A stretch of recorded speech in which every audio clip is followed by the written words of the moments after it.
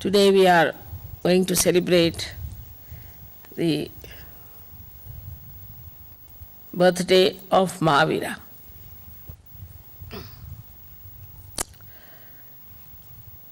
Mahavira is the incarnation of Bhairavnath, or you call him at Saint Michael. Now these two saints, as you know, one is the Gabriel, Hanumana, and another is Saint Michael. One is placed on the Pingala Nadi and another one, Saint Michael, on the Ida Nadi. So, Mahavira had to go through lots of search. Of course, he was a angel, but came as human being. And he had to find out the thing of the left side and how the left side acts. It's a very complicated thing, left side. It's much more complicated than right side. On the left side, we have also 7 nadis. And these 7 nadis are placed one after another. They are described in books and given different names to them. Now these 7 nadis that are on the left side, as you know, they cater to our past. Say, for example, every moment becomes a past. Every present becomes a past. Then we have past of this lifetime. And also we have past of our previous lives. Then all the past is built in within us since our creation. So all these psychosomatic diseases, as you know, are only triggered by the entities that appear from the left side. For a person, supposing he is suffering, say, from liver trouble, and suddenly he is attacked from the left side, especially Muladhara, or any left side, left navi. Because Muladhara is the only one that is connected with the left side, Ida Nadi, and the right side, Pingala Nadi, is connected to Swadhisthana. So the problems of Muladhara are really beyond the reach of human beings. And when it is attacked, any one of these chakras on the left-hand side, then psychosomatic diseases occur into human beings. As I have told you many times, now this is the center, this is another center, left and right. They are on top of each other. Using the right side too much goes up to a point and suddenly something happens on the left, triggers. So all diseases, say even diabetes, is due to the psychosomatic effect. A person who is very hard-working, thinks too much, very right-sided, suddenly something happens, maybe also he might inherit that diabetes because of the past, and it triggers, and you get this psychosomatic problem. Now this psychosomatic problem is only cured if you know what's the problem of the left side is. So Mahavira went quite deep onto the left side. Why I said it's difficult, the left side, is because when you start moving on the left side, the movement becomes linear, of course, but it moves downward. While the movement on the right side moves upward. So the movement goes down like that, and then it coils up, forms coils, and you go on moving with it, so you are lost in the coil. But the other one moves upward and the coils are not so many, and because it is upward, it's easy to get out of it. So those people who go to the left, by any chance, by thinking too much about their past, crying about themselves and always complaining, are more difficult than the people on the right side.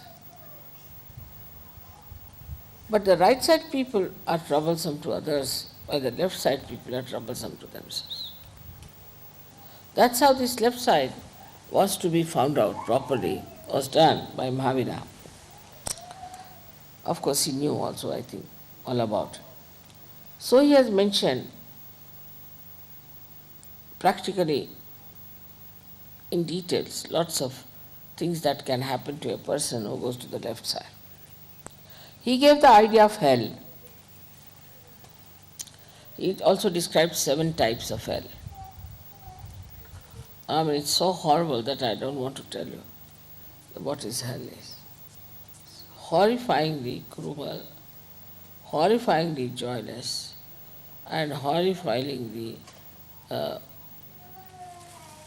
so repulsive that you hate yourself when you understand you have committed this mistake, you have committed this path, this sin, and then what is the result? What you get, the punishment part. Mahavira worked it out, everything. He has given in all details what sort of punishment is due to a human being who tries to be left-sided. Also he has given about the person who is right-sided, but not to that extent, because he had to deal with the combination, but mostly with the left side. Now, I have told many people before, and here also I perhaps maybe, that there is a soul that is made out of the causal bodies of all the 5 elements. The causal, say for example, of the earth is fragrance. So this soul, which is made of the 5 causal bodies and your centers, plus we can say also it has got the control over the parasympathetic.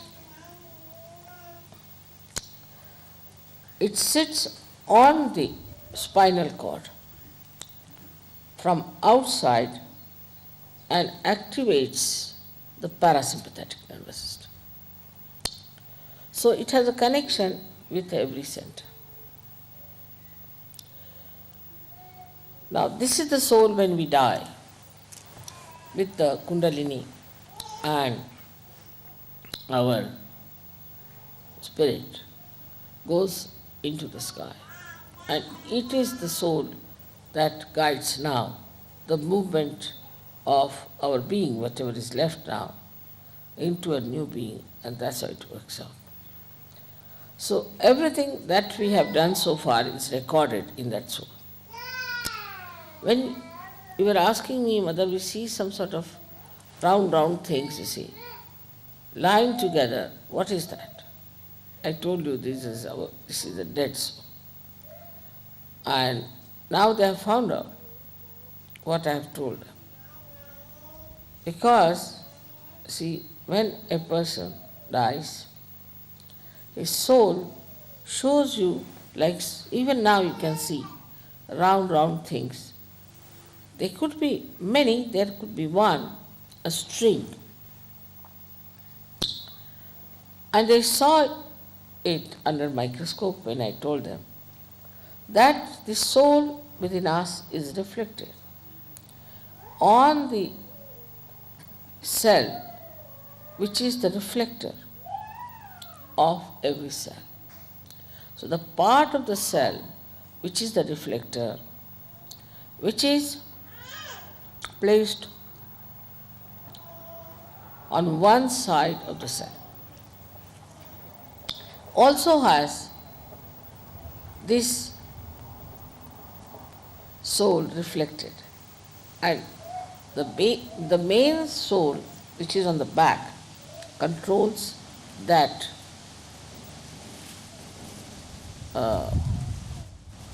reflected soul which looks after every cell. Now they have found out that there is in that reflector this kind of 7 loops. 7 loops because it sits on the 7 chakras and the Muladhara. Now what he found out, that when people die, then some of the souls are born again just after a few days. These people are just very ordinary type of people. That's how we brought in a kind of category. So they are the people who have died. They are of a category, one category, where they exist for a very short time in the collective subconscious, and then they take their rebirth. They are very ordinary people, aimless, useless people. But there are some souls, when they die, they just hang in the air, and they are just waiting to find out somebody who will fulfill their desires, which are not yet fulfilled. Like there's a drunkard, and a drunkard can join another human being who is living, who would like to drink. So once he starts getting this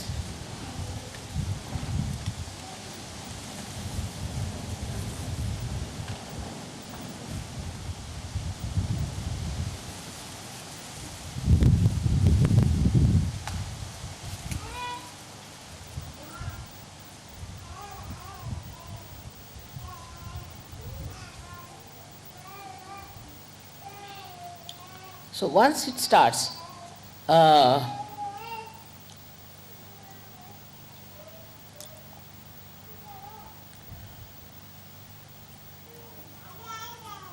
getting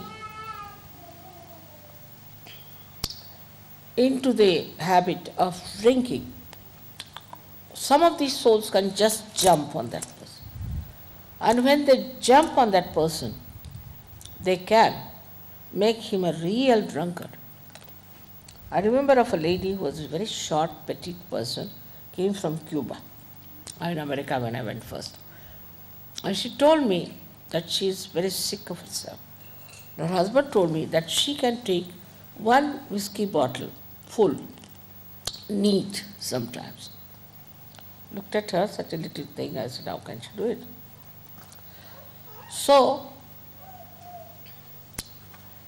I put a bandhan on her, and I saw a huge, big Negro standing behind her. So I said, do you know some Negro? Immediately she jumped on me. She said, Mother, you see that one? You see that one? That's the one who drinks, not me. Of course, I cured her, and after that she gave up drinking completely. So, whenever you start getting into a habit in a bad way, you lose complete control of yourself, and a spirit sits on you and it controls you.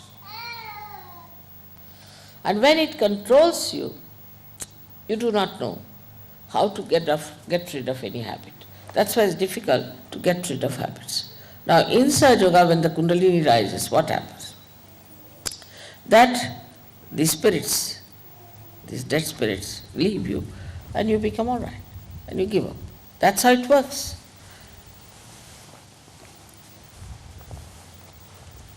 I would say that all this Mahavira did not tell, nor did he find out all these things, because he was not a scientist, I think, or I don't know why.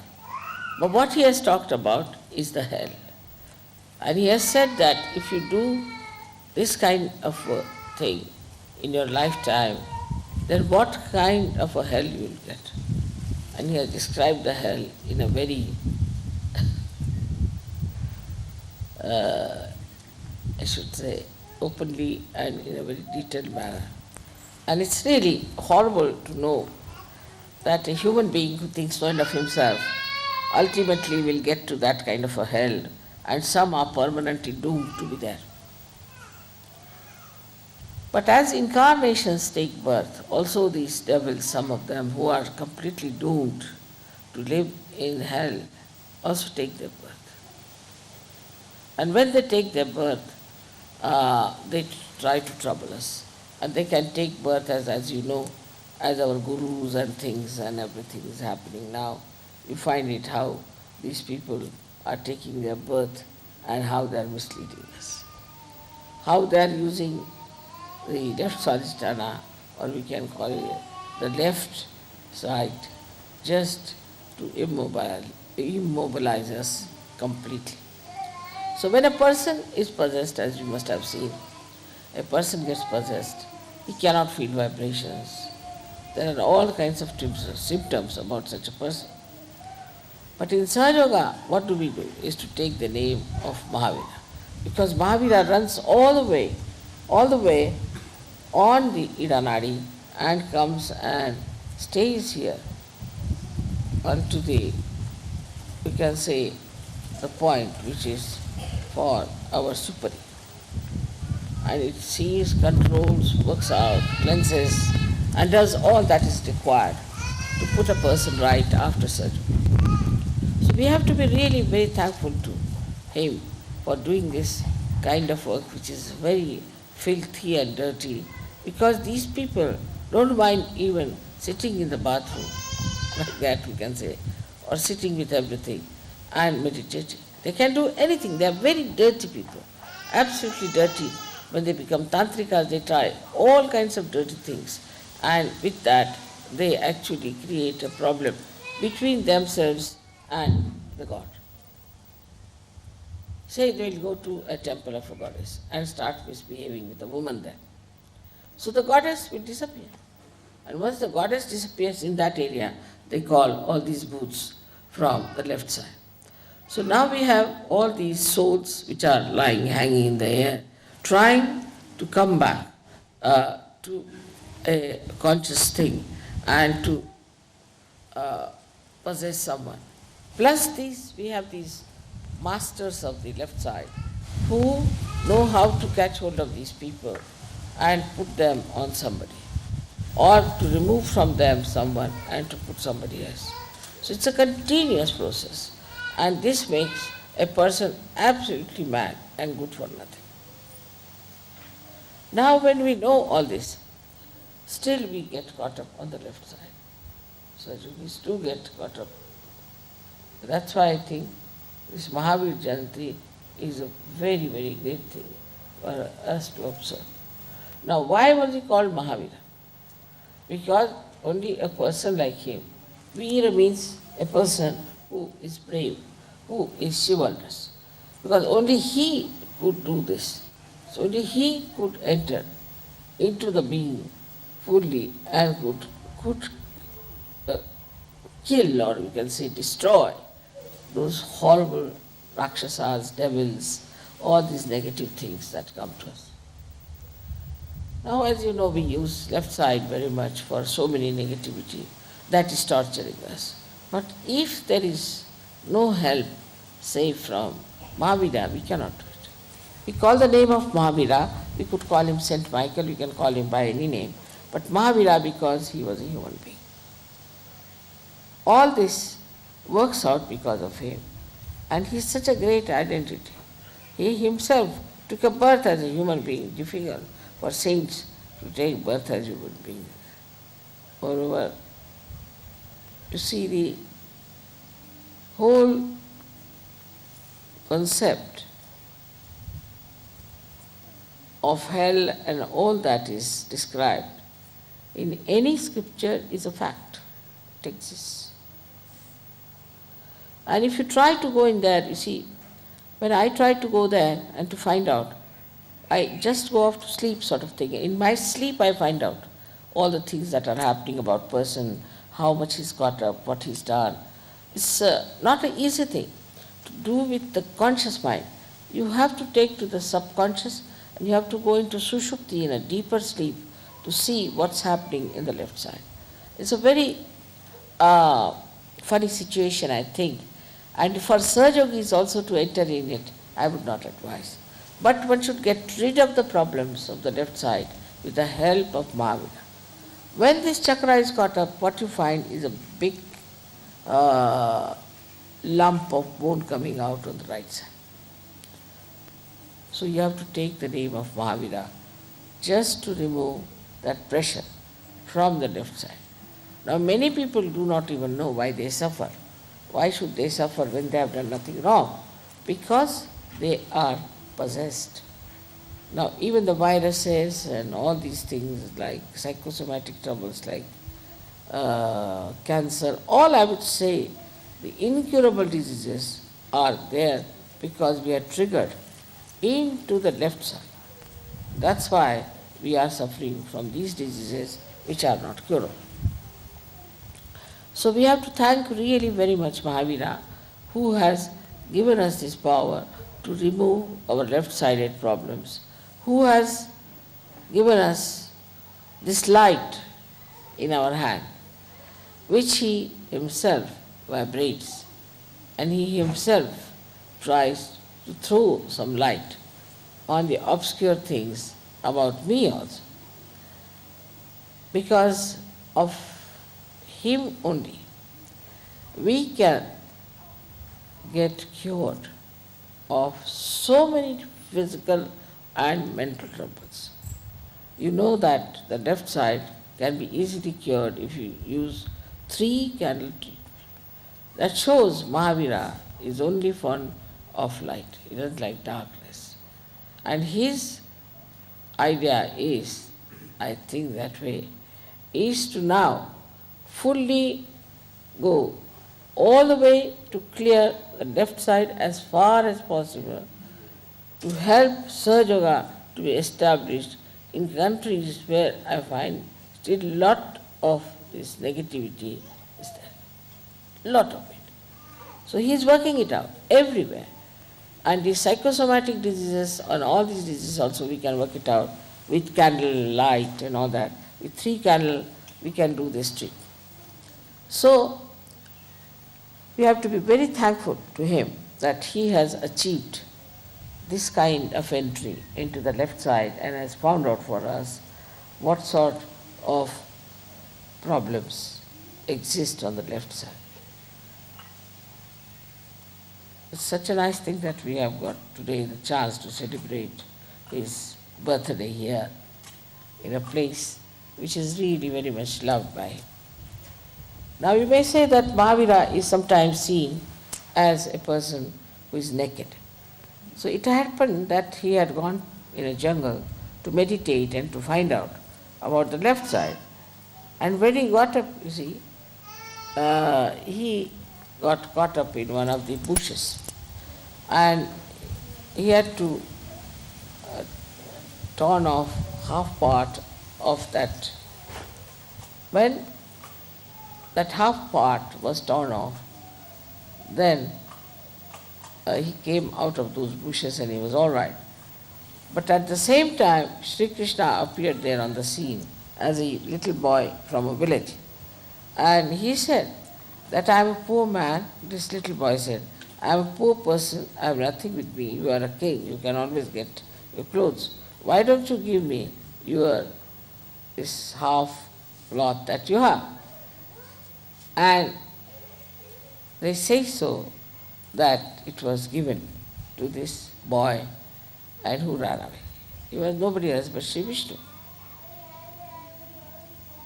And this, you see, Vishnu took away that cloth, and hardly for about 2 seconds or 3 seconds, because he was a king, you see. And he hid himself with leaves and went to his palace and got dressed. But imagine the people, how negative they are. They just walk without clothes.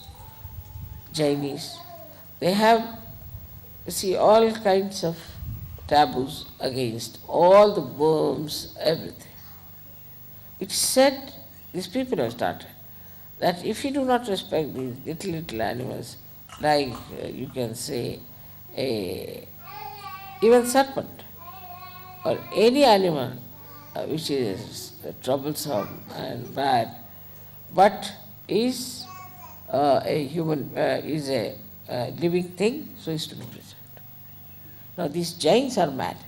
I told you that they have gone to such a limit of vegetarianism that they try to save even the bugs, put the bugs in a hut. And the hut has got a Brahmin there. Now these bugs suck the blood of this Brahmin. And once the Brahmin is completely, I should say, sucked in by these bugs, they fall on the ground. Then they allow the Brahmin to come out and they give him a lot of dakshina, means they give him money as a reward for helping the bugs to suck his blood. This kind of vegetarianism is there. Beware of vegetarians. You see, even Hitler was a vegetarian. So you can imagine what sort of a vegetarianism it is. All these fads of vegetarianism and all that are not at all required. And that's what Mahavira showed in his life, that it is not at all important to bother about food, what issue. See, the whole theory of this vegetarianism has gone to such a nonsensical limits that I have told people that we should give up vegetarianism completely. Now also see the juxtaposition of what he wanted to do. If you do not eat proteins, you cannot fight bhoots. A person who has bhoots in him must eat a lot of proteins, not carbohydrates, but proteins, so that it can fight those left-sided enemies. But here it is, they have to be vegetarians. Now imagine there are left-sided enemies within them and they want to be vegetarians. Finished. How will they fight it? So all this is all, we should say, is pre-planned by the person who tries to sort of, we can say like this, that you see a person who tries to remove or we can say that the person who tries to make these lower animals live rather than human beings. You see, there are persons, this is the stupid thing they do. Must know that I cannot give realization to these worms and to these fishes or even to chickens. We require human beings. So all this has happened because of human beings going in juxtaposition of whatever is said. Like Christ has said, thou shalt not have adulterous eyes.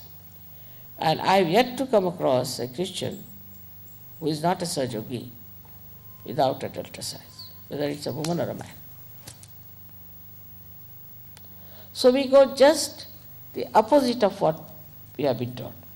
In the case of same thing happened, that Mahavira, what he tried to do was absolutely killed by these people who are trying to make this vegetarianism as a big religion.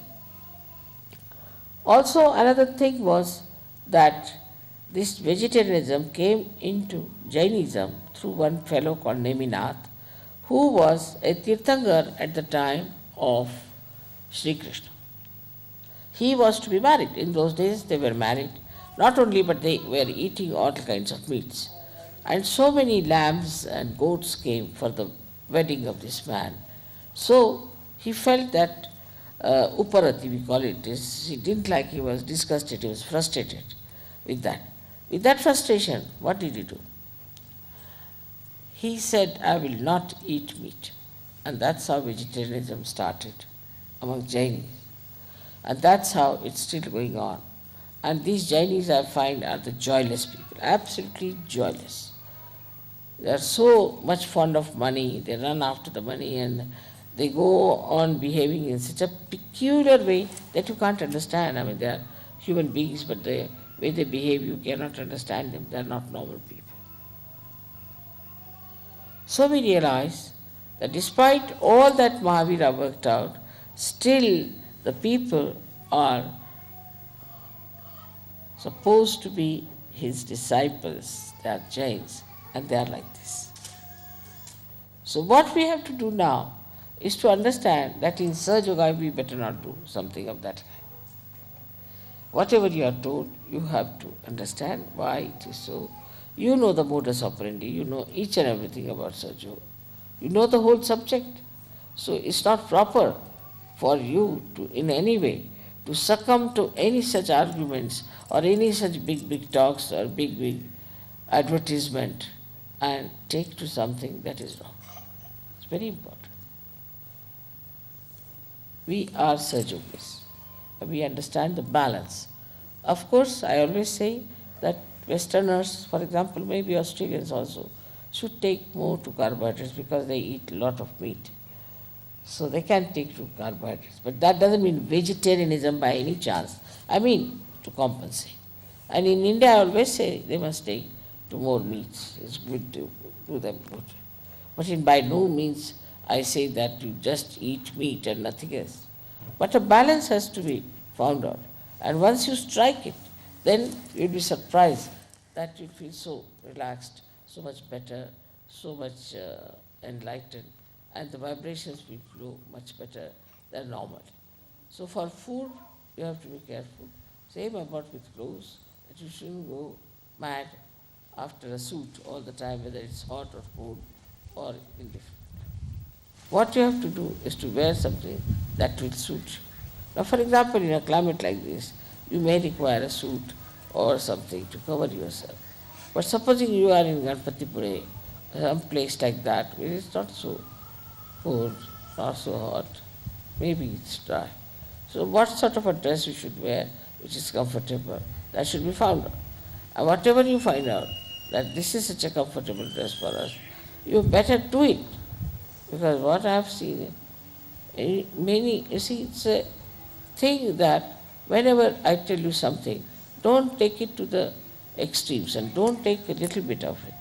But when I tell you this thing, you must understand that whatever is good for you, whatever is your temperament, whatever is aptitude, you have to take something that will nourish that will improve you and give you a balance. So to balance yourself, if you think of Mahavira, you must think also of Sri Hanuman. Both these things are important. It's not easy to tell all about Mahavira in this short lecture, but I think I have quite connected him now with Sahaja, and you must have seen to it that how important he is and what an important role he plays. So may God bless you. This thinking about Mahavira, it's impossible to keep it to the conscious mind. It's just going into the left all the time. Because I just in the car thought I better think about Mahavira. And since then it's all going towards the left. It's so difficult. But it will work out.